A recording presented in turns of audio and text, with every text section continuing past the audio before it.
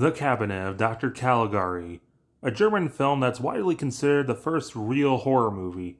Well, technically, there was a French film in 1896 that was lost until 1988 in New Zealand and was only 3 minutes long, and then there's the Thomas Edison Frankenstein, but this is the first feature length one at an hour 14. And yes, despite being German, it's cabinet spelled the English way without the German K and double T. The film begins with two men sitting on a bench, an older gentleman talking about how ghosts ruined his life, and yes, this is a 1920s no-talkie film. The title cards have been restored to German, but it's pretty easy to get English subtitles. The younger gentleman is Francis, and a woman walks by named Jane, who happens to be Francis's fiancée, and decides to tell the older gentleman their story, which is the main film. In the town I was born, lived jagged houses that pointed like grass. Francis has a friend named Alan who's got the curtain hair that, of course, was made famous from Jack Dawson. Actually, kind of looks like freaking Crispin Glover, like scarily close. But whatever, because the fair is in town, and so is the Dr. Caligari.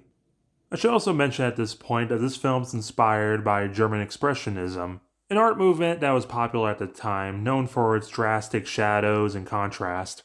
This is the first film to use the technique, and it's definitely the best example of it. Very unique for the time, the entire film's filmed on a set, and it's beautiful. The painted shadows and lights really draws a contrast to everything. The actual people kind of contrast against it, but manage to live in this world, directly dancing against the surrealism. You can see that Universal was inspired by this in their horror films in the 30s, but definitely Tim Burton is the best example today of continuing to use this art style, with the warped scenery framing the characters. Either way, with Caligari dealing with bureaucracy, he eventually sets up his stand at the fair. He's presenting Cesare, or Caesar, the somnambulist. Now, don't worry, I had no idea what that meant either, so I looked it up, and it's like old-timey for sleepwalker. I'm not even talking about cat people. Meanwhile, the cops found a dead body and a potential break-in, but whatever. Come one, come all, see the sleepwalker. He can see the future. Francis and Alan decide to go in. Let's see if we can actually wake up this comatose patient. And out from this jagged coffin is Cesare. And he gets them to awake with hypnotic suggestion. Now step forward, Q&A from the audience. We don't have all day, but we can answer your future. Now don't touchy him, though.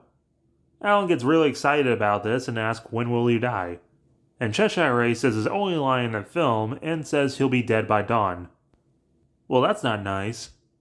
Then later, it's turquoise out to say it's night instead of sepia.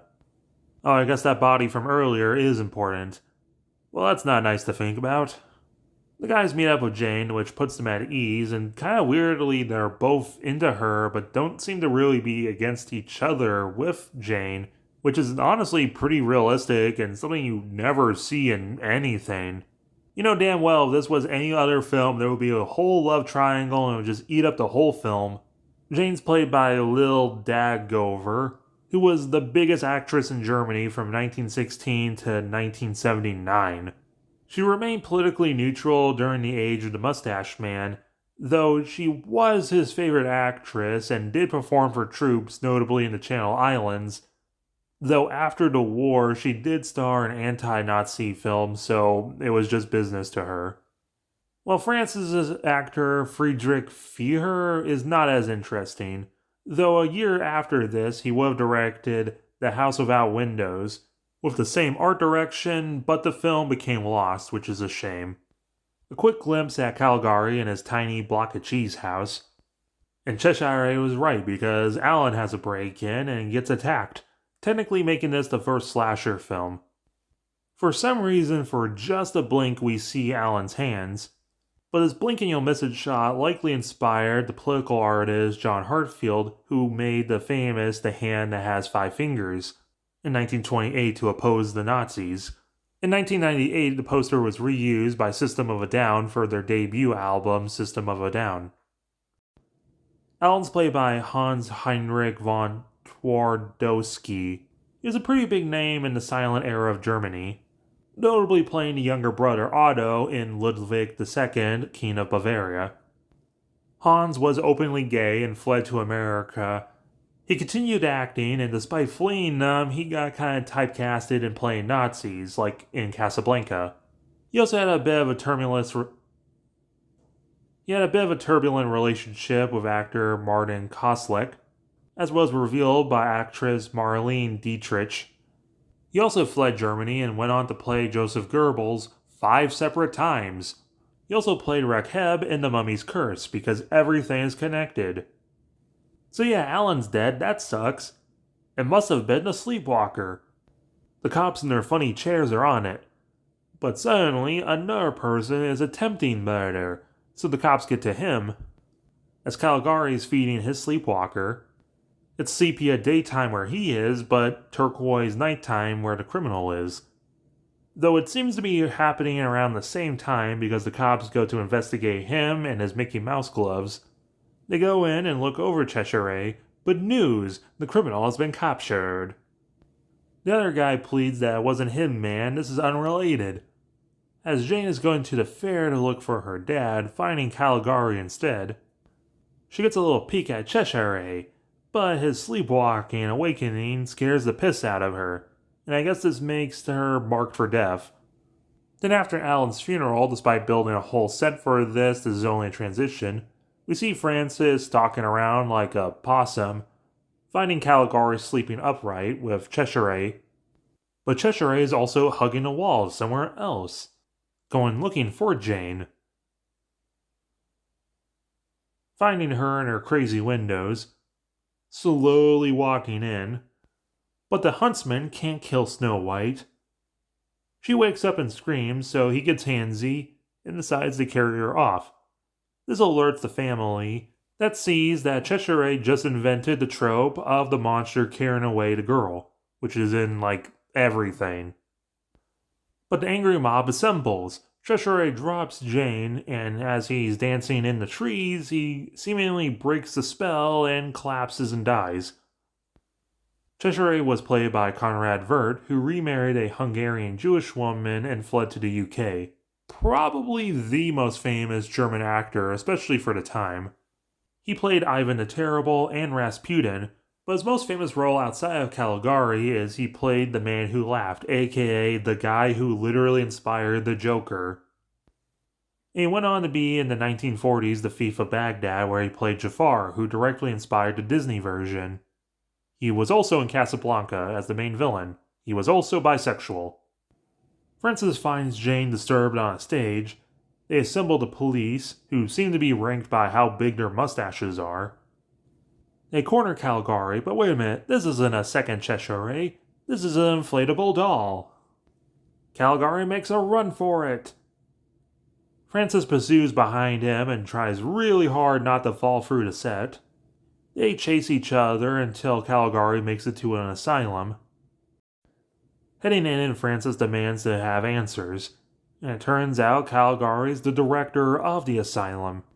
And Caligari is not his real name, but how can this be?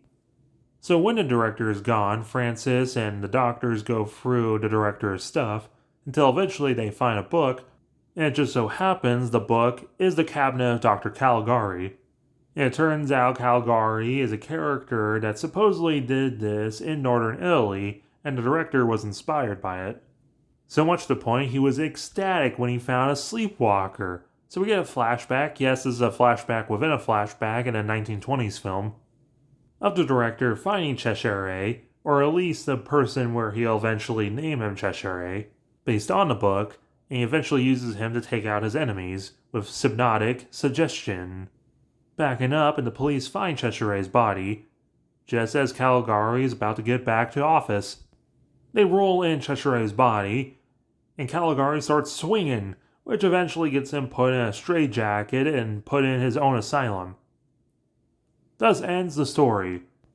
But twist, because it turns out Francis was actually a patient in the asylum, and the whole story was thought of in his head with all the people from the story being other patients, even the idea of Jane being his fiancée. And the director only resembles Caligari without actually being the same actor. Francis flips out and starts freaking that it's Caligari, which gets him put in a straitjacket and put in the same room that he put Caligari in his story. But the director thinks he's made a breakthrough. He can finally end this Caligari delusion. As we slowly zoom into his face, lingering on it, is he actually curing him? Is he really Caligari? Is it all just Francis being mad? The end, with an extra E. This movie is fantastic. Every shot in the film is absolutely gorgeous. The sets are so lovingly crafted. Plus, the twisted German expression style adds to the story because it's literally the tale from a crazed man's mind. And the physical acting is great, with the actors dancing and twisting to the crazed sets. Even if you're watching this and not reading the text cards, you can still kind of understand what's going on very easily from their expressions. Of course, the film is very ahead of its time, inspiring much of the horror genre, and even being one of the first films that create a completely fantastical setting. And the twist ending was literally just not a thing at the time. And there's also pretty obvious symbolism that the directors and writers did think of. The Caligari is a man who knows just the right words to say to turn normal people into violent monsters, like the Mustache Man. As well as reality is distorted and it's hard to trust anyone's real face. Though it should also probably be noted that Caligari is played by Werner Cross, was a Nazi collaborator and even starred in the infamous anti-Semitic film Jew Sus. Among this joke to break the tension, he also had the only surviving script of the film, but he refused to give it up even after his death in the 50s, until his estate sold it in the 70s, and it didn't become public until the 90s. The script didn't have the twist ending and actually began with Francis and Jane married and the story being set 20 years earlier, as well as a few deleted scenes such as Alan's ghost appearing, which is probably why they made the graveyard set. This and Nosferatu are the most famous 1920s films, and definitely after 100 years they hold up. 10. And if you're curious, there is a remake that was made in 2005. It's nearly shot for shot and even green screens onto the original sets. They actually do speak in the film, and it honestly feels like a fan film you would see on YouTube, but it does have big name actors like Cheshire Race played by Doug Jones. And I like the detail that they made Alan one of the assistants to the director at the very end. The remake's in black and white, but I feel like there's some certain charm to the color filters you see a lot of silent era films in. That just doesn't exist really in any films after, even though technically the silent films were in black and white as well. The remake is more or less the same film, but I guess if you just need them to actually speak, you would watch that instead. But let me know what you thought down below, as well as hitting the like button, subscribing if you're new, and hype on mobile, very appreciated.